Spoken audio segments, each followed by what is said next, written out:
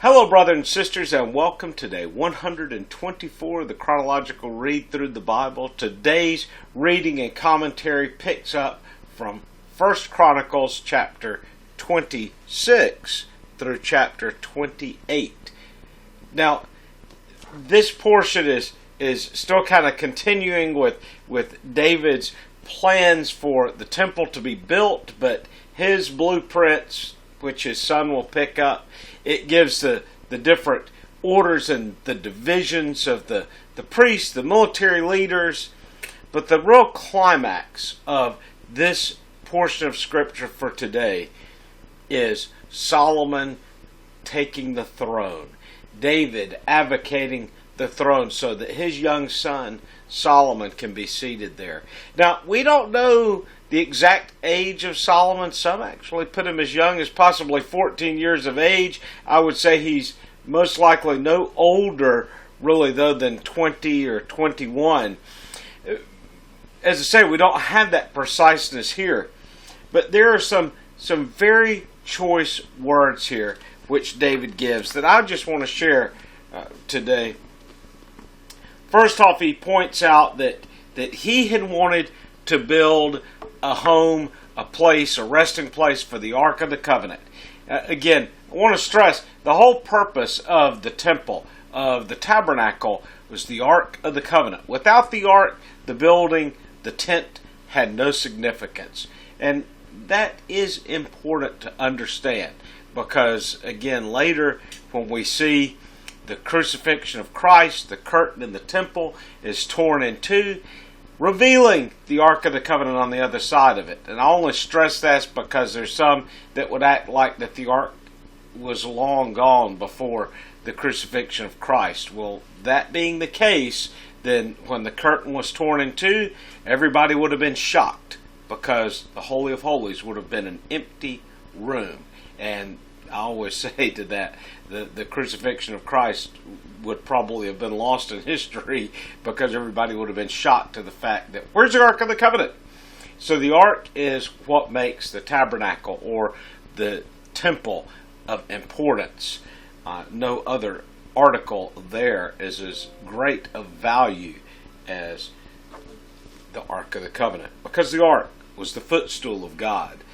So David said that he couldn't build this ark build the temple because of the blood that he had shed, because of the wars. And as I alluded to even yesterday, I think that probably the 70,000 in number that fell at the plague, which came as a result of David's disobedience in taking the census, I think that also was factored into here, that this man who has blood all over him, who is a warrior, he can't be the one to basically see the building of the temple.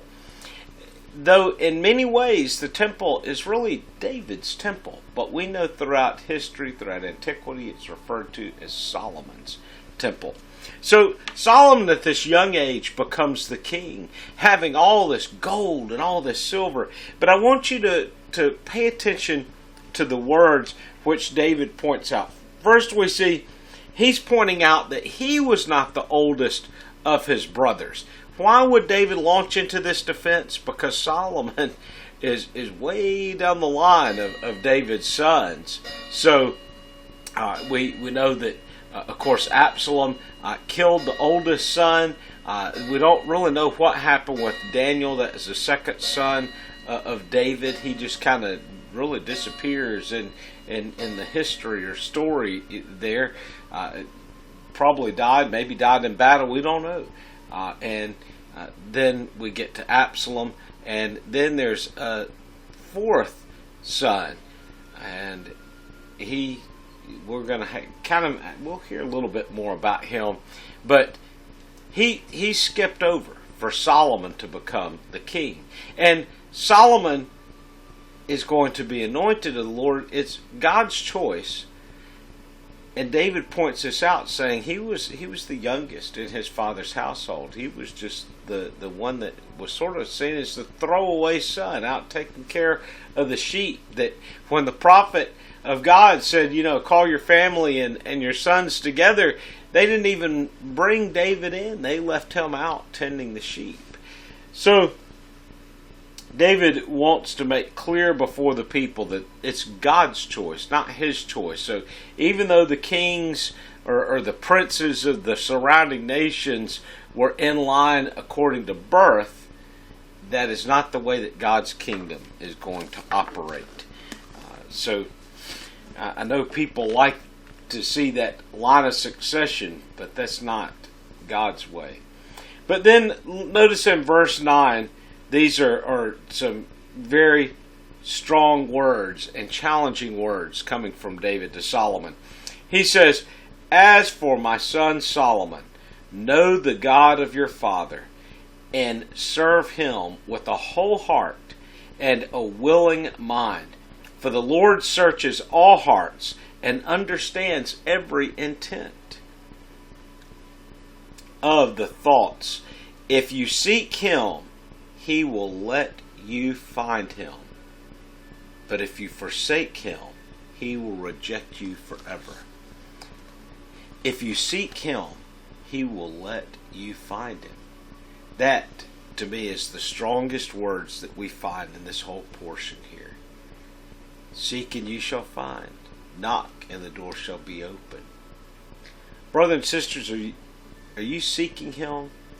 Are you desiring to have as close of a relationship with God that is humanly possible? I hope that God is your number one priority, that you don't have other things that stand in the way. You know, even our children shouldn't stand in the way of your love for God.